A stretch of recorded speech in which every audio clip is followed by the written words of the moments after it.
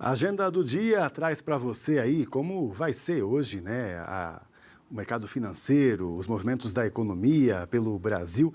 Vamos conversar com a Luciana Iquedo, ela que é especialista em finanças e analisa aí um pouquinho para a gente do que dá, inclusive, né, Luciana, por enquanto, porque a gente sabe que o Brasil começa o ano de maneira muito diferente, né? Na realidade, ele vai começar mesmo depois do Carnaval, né? Aí agora a gente vai degrauzinho por degrauzinho, né? Começando a ter cada vez mais influências, né? Até que se chegue, então, naquele pacotão de influências oficial que sempre tem, mas só depois do Carnaval. Vamos conversar sobre o que a gente tem de pouquinho por agora, né? Aliás, nesses degraus, a gente deve estar no segundo agora, que é aquele logo depois da semana do Réveillon, né, que quase que não tem influência nenhuma, né? Mas o que a gente pode esperar, então, a partir dessa semana, com alguns trabalhos, né, sendo retomados aí, hein, Luciana? Bom dia, bem-vinda. Muito bom dia, Pablo. Muito bom dia para quem nos acompanha aqui. E infelizmente mesmo, né? O Brasil tem essa tradição de começar forte depois do Carnaval. E esse ano o Carnaval está lá em março. Então a gente vem aí de uma semana realmente mais fraca, que foi de retomada, de volta de recesso, mas a gente já tem grandes expectativas aí para esse começo de ano. Pois é, um deles, inclusive, é o IBCBR, que vem aí, né? Ele é uma prévia oficial do nosso PIB, e então a gente vai saber, provavelmente, como finalizamos no ano passado, né? Que tivemos boas surpresas, inclusive, de crescimento, né? Mas será que a gente vai, né, arrematar aí? Será que realmente fechou 2024 em avanço na nossa produção? A grande expectativa é essa, Pablo, de que sim, houve um avanço significativo do PIB e a gente só precisa saber efetivamente agora qual será esse número e quais as expectativas para o ano de 2025. Mas a expectativa para o fechamento é sim positiva e deve ter vindo bem mais nos anos anteriores. Então, aguardamos aí uma boa notícia e a grande expectativa para saber como que fica aí o ano de 2025. Nessas, inclusive, né, nuances que a gente vai ter do IBC, né, depois também o PIB, provavelmente a gente vai ter ainda o agronegócio não tão recuperado, né, Luciana? Talvez agora, inclusive, com essa virada de ano, safra nova começando, é que o agro pode respirar um pouco melhor se o clima ajudar e tudo mais, né? Só que a gente pode fechar ainda ano passado com essa leve frustração nossa, né, com o setor, né, que sempre, na real, nos surpreendeu positivamente, né? Mas ano passado não conseguiu tanto assim e, de novo, por causa do clima principalmente. Exatamente. Fortes eventos climáticos que atrapalharam a safra, especialmente lá no sul do país. Então, possivelmente, nós não teremos aí um desempenho muito forte do agro, o que deve ser revisto agora para o ano de 2025. A gente tem o café aí muito forte, puxando aí para cima, mas também temos a questão da depreciação do dólar, o que acaba também afetando um pouquinho aqui a nossa entrada de recursos e o quanto isso representa.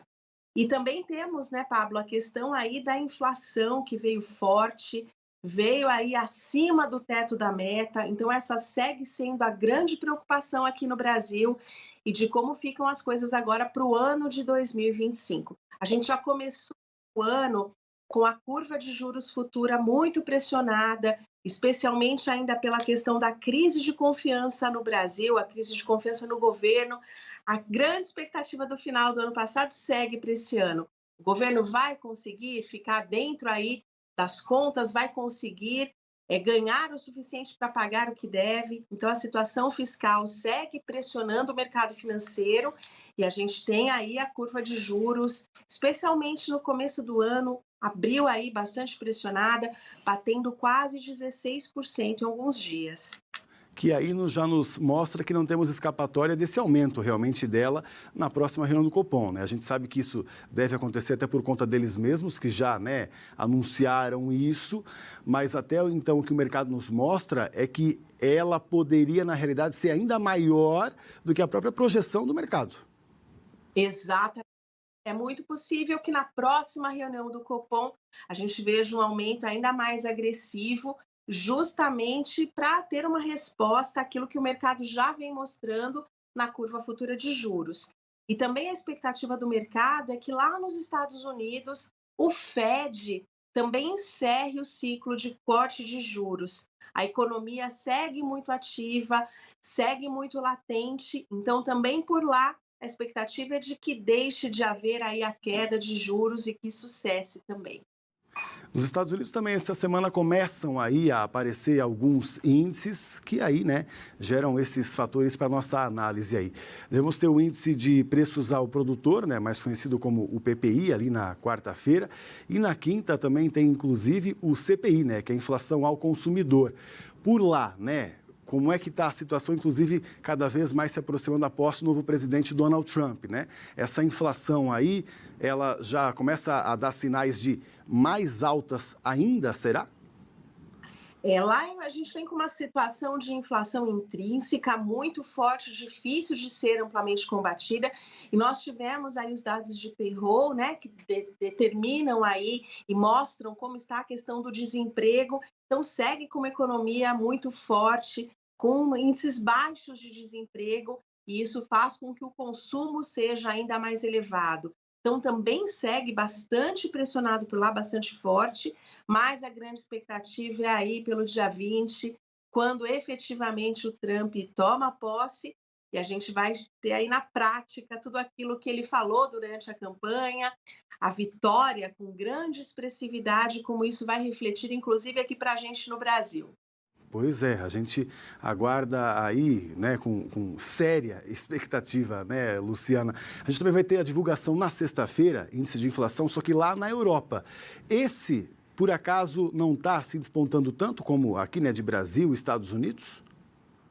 Lá está um pouquinho mais leve, mas também é uma preocupação muito forte na Europa, porque a inflação lá também, depois que houve uma grande injeção de dinheiro por conta da pandemia, está muito difícil trazer a inflação de novo para um patamar normal. Existe a questão da pressão energética, que isso também faz com que o preço em geral suba bastante, custos de produção e também das famílias.